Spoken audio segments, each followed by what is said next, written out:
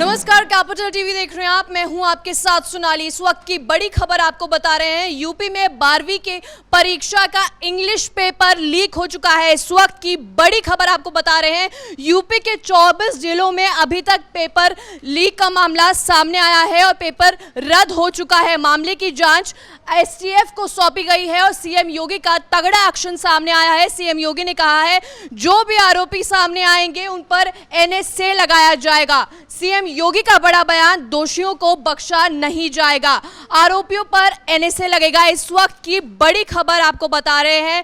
क्या है पूरी अपडेट, क्या है पूरा मामला, हमारे सहयोगी अरुण जी से बात करेंगे। अरुण जी, क्या है पूरी अपडेट? देखिए, पूरी खबर सबसे पहले बलिया से शुरू होती है। बलिया के स्कूल में इंग्लिश, बलिया के जो छात्र परीक्षा देने जाते हैं, 10वीं बोर्ड की परीक्षा उत्तर प्रदेश में शुरू हो गई है।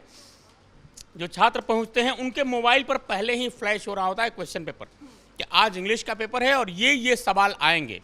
जब क्वेश्चन पेपर छात्रों के सामने आता है तो वही सेम क्वेश्चन पेपर है जो उनके मोबाइल पर पहले से आ चुका है, फ्लैश हो चुका है। अब इस मामले की जांच सीएम योगी ने एसटीएफ को सौंप दी है। कड़ी कार्रवाई के निर्देश दे रहे हैं। वहां के जो परीक्षा इंस्पेक्टर हैं, जो निरीक्षक हैं, उनको सस्पेंड कर दिया गया है। सबसे जो बड़ी चीज़ इस पूरे मामले में यदि आप देखें तो 34 जिलों में ये क्वेश्चन पेपर फैलता हुआ नजर आ रहा है। एक बंदे के मोबाइल पर भेजा गया, उससे फिर दूसरे से तीसरे, ऐसे करते हुए 34 जिलों तक पहुंच गया।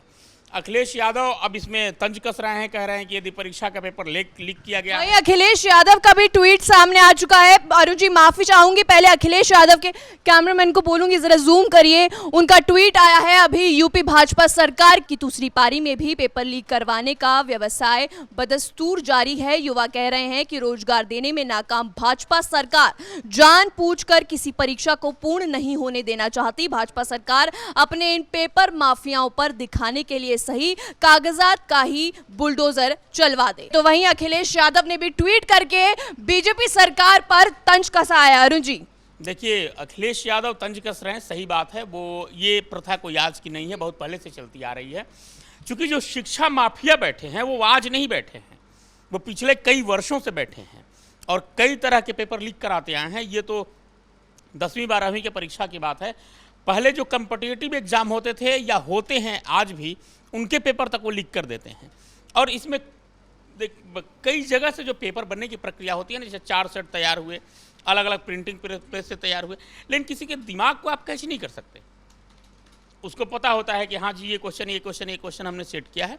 उसको बाहर आते हैं, आराम से टाइप किए, उस संबंधित चीज़ों को लेकर के वो फ्लैश करते हैं। ये बहुत बड़े नेटवर्क और बहुत बड़े जाल की तरह होता है। लेकिन सबसे जो बड़ी चीज़ है कि सरकार इस पर एक्टिव है। परीक्षा को कैंसिल कर दिया गया।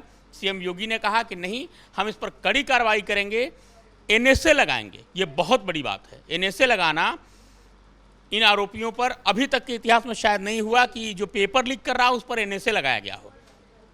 उससे भी एक जो बड़ी चीज़ है कि तत्काल प्रभाव से वहाँ के जो परीक्षा प्रभारी हैं उनको सस्पेंड किया गया है बलिया के।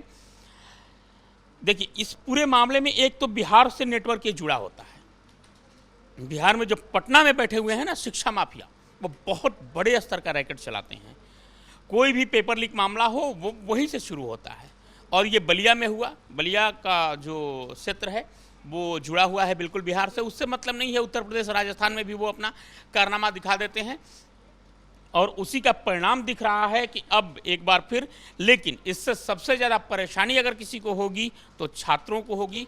जो तैयारी कर चुके हैं उन पर लाख कार्रवाई हो जाए, एसटीएफ उनकी जांच कर ले, उन पर जो भी हो जाए। लेकिन जो छात्र तैयारी कर चुके हैं, जो परीक्षा दे रहे हैं, उनकी परेशानी बढ़ेगी और उनकी परेशानी बढ़ रही है। अरुण जी, 2021 में भी यूपी टेट का मामला पेपर लीक हुआ था, तो क्या इसके तार कहीं ना कहीं उससे जुड़े हुए हैं? बिल्कुल नहीं, ये अलग मामला है, वो अलग मामला है। यूपी टेट अलग चीज़ होती है। यूपी टेट कॉम्पिटिटिव एग्जाम है और ये बोर्ड का एग्जाम है।